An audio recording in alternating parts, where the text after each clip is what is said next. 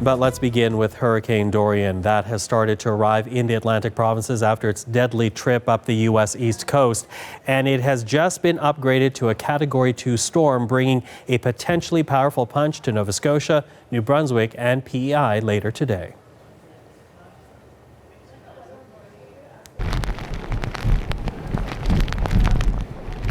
People in coastal areas are being warned to watch out for storm surges as the wind and waves push through the Atlantic provinces. In Nova Scotia, people are being warned to voluntarily evacuate in some places, but so far there are no mandatory evacuation orders in place. Nova Scotia may take the biggest hit as the storm passes over, and by late tonight, Dorian will reach all the way north to Newfoundland. Well, the CBC's Jamie Strachan is down at the waterfront in Halifax, where the wind and waves are lashing at the city. So, Jamie, let's begin with the situation around you. I can see that it has picked up in the last hour since you and I spoke last. It's remarkable, Michael, to stand down here at the waterfront and just watch the intensity of this storm increase hour by hour, moment by moment. In the last few minutes alone, the winds have really increased. And if I can, I'm going to get my cameraman to pan out into the harbor here, and you can just get a sense of the size and ferocity of these waves that have started crashing up over the dockside here.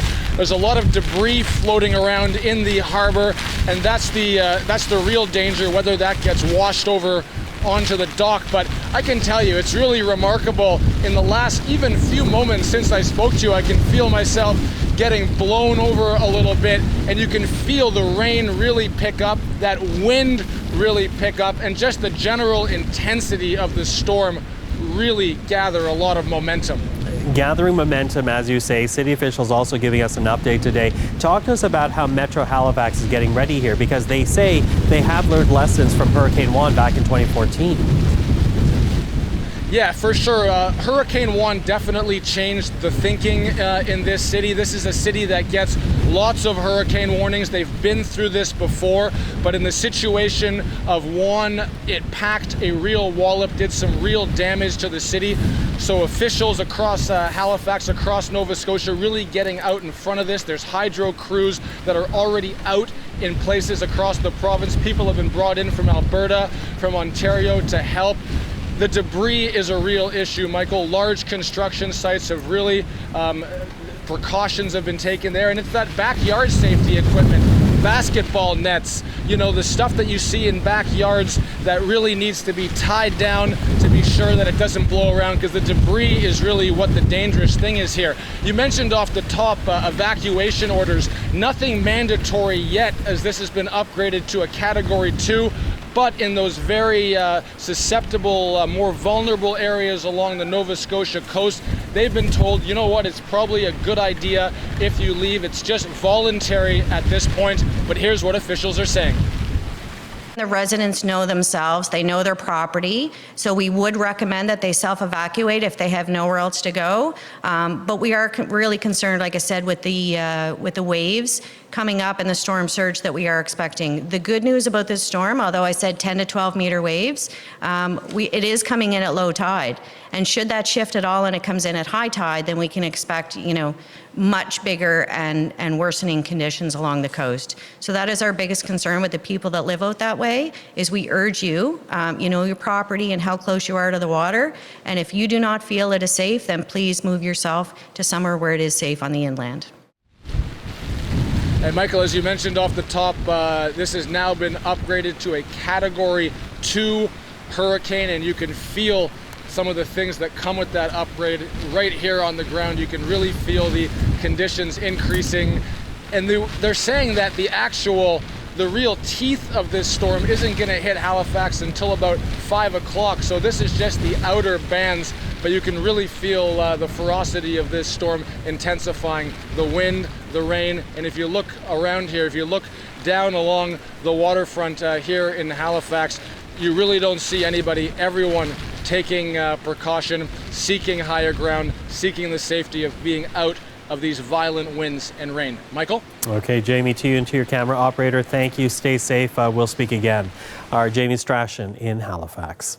Well, let's now go to CBC meteorologist Jay Scotland. He is in Charlottetown tracking Dorian's progress as it makes its way through the Maritimes and Atlantic Canada. So Jay, a bit quieter where you are, but walk us through the situation that you're observing right now in PEI. Yeah, quieter for now and paying close attention to that track. The upgrade to Category 2 status means sustained winds. Right now with Dorian over 160 kilometers per hour, gusts to 195 kilometers per hour near the center of that storm.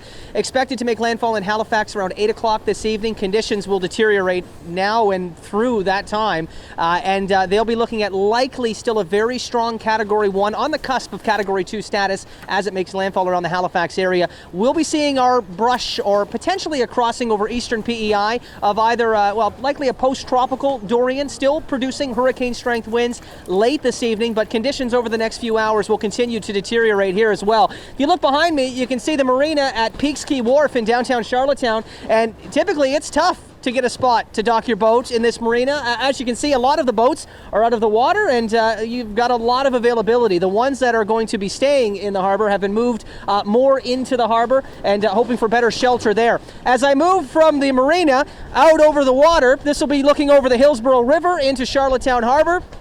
See, the water's already starting to become choppy as those winds are picking up.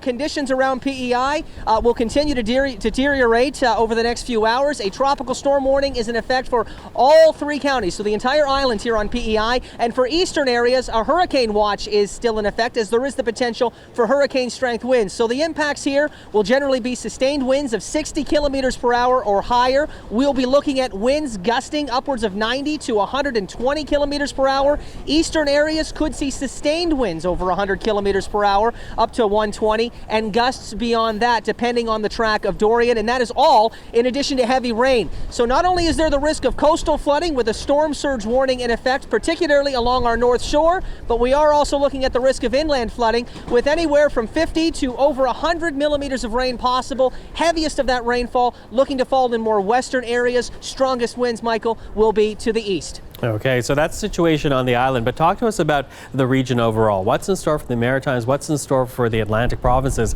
as Dorian makes its path? Yeah, I think Jamie did a great job laying out the conditions already in the Halifax area. Across Nova Scotia, much of that province under a hurricane warning. This is where the winds will be at their worst, and that is because they will be dealing with the landfall of at least a very strong Category 1 hurricane. But taking a look back into New Brunswick as well, this storm is so large in size that they'll be dealing with tropical storm force winds across a large swath of eastern New Brunswick under a tropical storm warning, southern and eastern New Brunswick, and there are advisories across that entire province as well in some shape or another. They'll also be looking at extremely heavy rain. So down into southern Nova Scotia, local rainfall amounts could easily exceed 150 millimeters in places. Could be looking at rainfall in excess of 100 millimeters in parts of southern and eastern New Brunswick as well. And here on PEI, I already talked about the 100 millimeters of rain possible over western areas, but the storm will not be done as it moves over PEI. It will still be producing hurricane strength winds as a post-tropical Dorian as it moves towards Newfoundland. So Newfoundland will see the first raindrops arriving late this afternoon, early this evening, but really it's overnight hours into Sunday morning that they'll be looking at their strongest winds. Maybe not as heavy as rain will be falling here in the Maritimes for Newfoundland, but winds will be very gusty along the western shores of Newfoundland, and there is a hurricane warning in effect there down as we look from the northern peninsula down the west coast to the Port aux Basques area, Wreck House area, where those winds I'm sure will be roaring through as that storm approaches into Sunday, and along the south coast as well, there is the risk of a storm surge as well. A big storm, Michael. All of Atlantic Canada bracing for this one. Well, always appreciate the information from you, Jay, so thank you for this. Stay safe. RJ Scotland in Charlottetown. Well, the Prime Minister says he is also watching the storm. Take a look at the message that he just put out on Twitter. We quote him as saying, "I just received a briefing with Harjit Sajjan, Ralph Goodale, and Chief of Defence Staff General Jonathan Vance about the latest information on Hurricane Dorian. The safety of Canadians is our #1 priority, and we are ready to help Atlantic Canada through this storm."